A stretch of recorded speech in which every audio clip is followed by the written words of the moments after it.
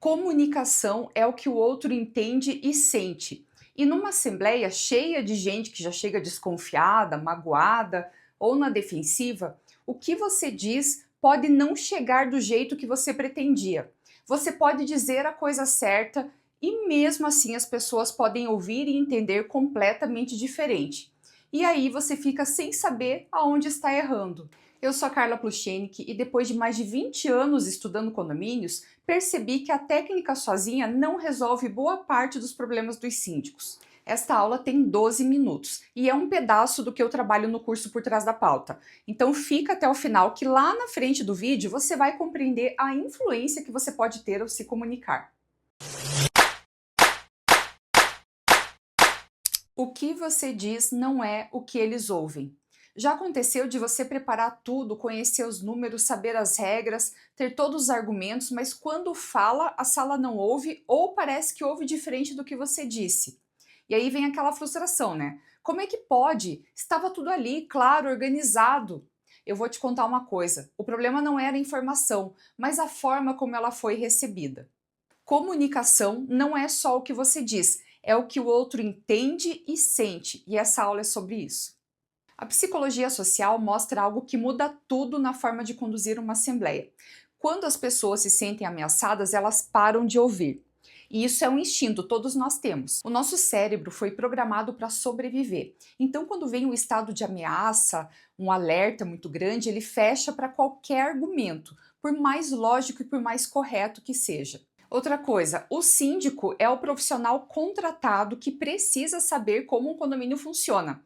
Então o síndico sabe para que serve o fundo de reserva, o que é uma cota extra, o que é convenção, o que é quórum, mas a maioria dos moradores não sabe. E quando você fala presumindo esse conhecimento, cria uma lacuna que gera aquela desconfiança. O morador então não entende aquilo que está sendo falado e preenche na cabeça dele aquilo que ele não entendeu com a interpretação que fizer mais sentido para ele. E isso muitas vezes estão me enganando, estão escondendo algo, sempre decide o mesmo grupo. É essa interpretação que o cérebro dele preenche na cabeça para dar sentido para aquilo que ele está ouvindo. Isso tem um nome: maldição do conhecimento. É a tendência que nós temos de presumir que o outro tem o mesmo vocabulário, o mesmo contexto, a mesma bagagem que nós. Na prática, isso significa que o síndico pode estar sendo completamente transparente e mesmo assim os moradores saem da assembleia sentindo que algo foi omitido. Isso acontece não é por má fé de ninguém, mas é porque ficou uma lacuna de compreensão que ninguém cuidou de fechar. Então a solução é traduzir. Quando for apresentar algo técnico, faça uma ponte. Eu vou dar um exemplo. O fundo de reserva, que é basicamente a poupança do condomínio para emergências, precisa ser reforçado porque... E aí complementa. Então, uma frase que fecha a lacuna e diminui o espaço para criação de desconfiança. E agora vamos falar sobre aquilo que conecta, que pode ser um desafio, uma ideia ou alguma identidade compartilhada. Existe uma diferença enorme entre uma assembleia que começa com conexão e uma que começa com aquela informação fria. Com conexão, as pessoas já chegam do mesmo lado. Com informação mais fria, mais distante, cada um chega do seu lado. E isso tudo pode ser a fonte daquele clima tenso, daqueles conflitos que normalmente acontecem em assembleia. Porque a ideia que acaba se perdendo nisso tudo é de que o síndico está no condomínio para defender os interesses daquela coletividade, trabalhar em prol daquele patrimônio. Então, para reforçar isso, eu vou te passar 3 ideias de como criar essa conexão já no início da assembleia. Então, a primeira ideia é um desafio compartilhado. Eu vou dar um exemplo, mas é claro, depois você adapta no teu estilo de falar, da forma como você achar conveniente. Os exemplos é só para você captar a ideia do negócio, tá? Então, esse condomínio enfrentou um ano de desafios, com muitos imprevistos, mas hoje estamos aqui nessa assembleia porque queremos resolver isso juntos. Então, veja, você não minimizou o problema, você não fingiu que estava tudo bem, mas você colocou todo mundo do mesmo lado diante do desafio. Nós contra o desafio. Outro exemplo que eu vou trazer é de uma ideia em comum.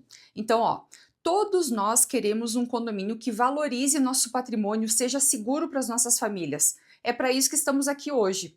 Então, é simples, mas é poderoso, porque é verdade e não tem como discordar disso. A próxima ideia é identidade compartilhada. Essa aqui é ótima para quem é síndico morador.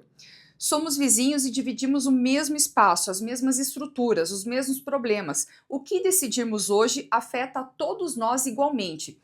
Então, veja, isso ativa muito o pertencimento, que é a melhor coisa contra a polarização. Então veja como não precisa ser nada longo, um grande discurso, mas você precisa de fato transmitir sinceridade no que você está falando. E certamente sua condução vai passar a ser muito diferenciada. Lembra do que eu falei no começo da aula sobre comunicar é o que as pessoas entendem e sentem? Elas percebem também quando há sinceridade no que está sendo falado. E se sentir é tão importante, vamos ver exemplos de 2 síndicos que apresentam o mesmo reajuste de cota e os potenciais efeitos disso. Então, o primeiro síndico diz: em função do aumento dos custos operacionais e da necessidade de recomposição do fundo de reserva, será necessário um reajuste de 15% nas cotas condominiais a partir do próximo mês. Informação fria.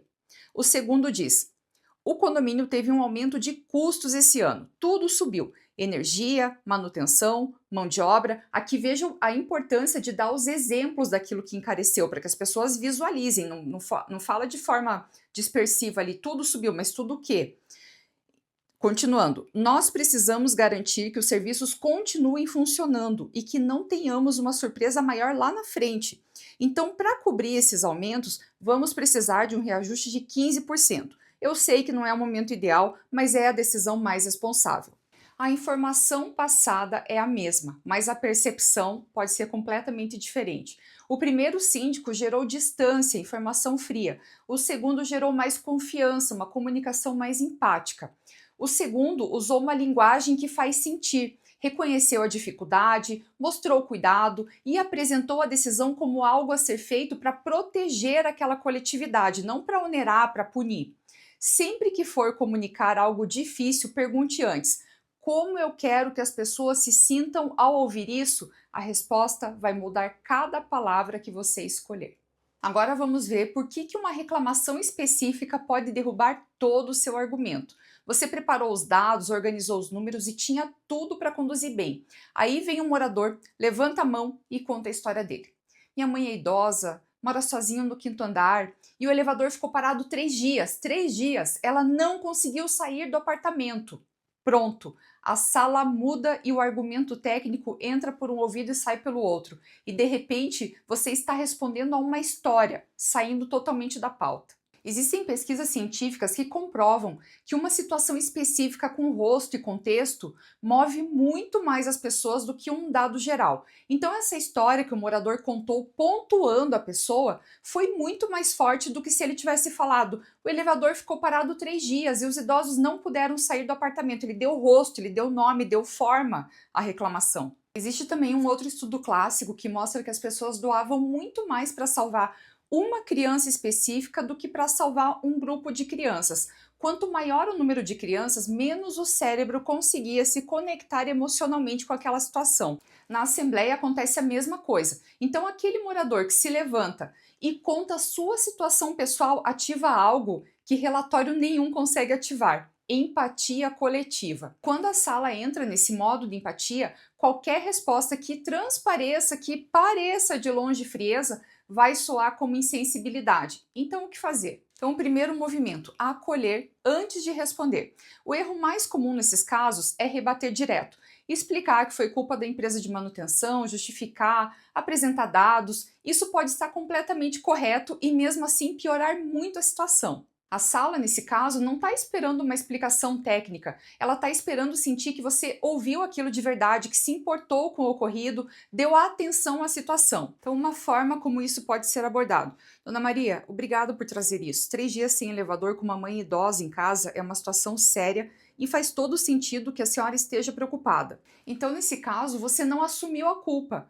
Mas a sala viu que você validou, que se importou, e isso muda o clima completamente. O segundo movimento aqui é ampliar o enquadramento da situação.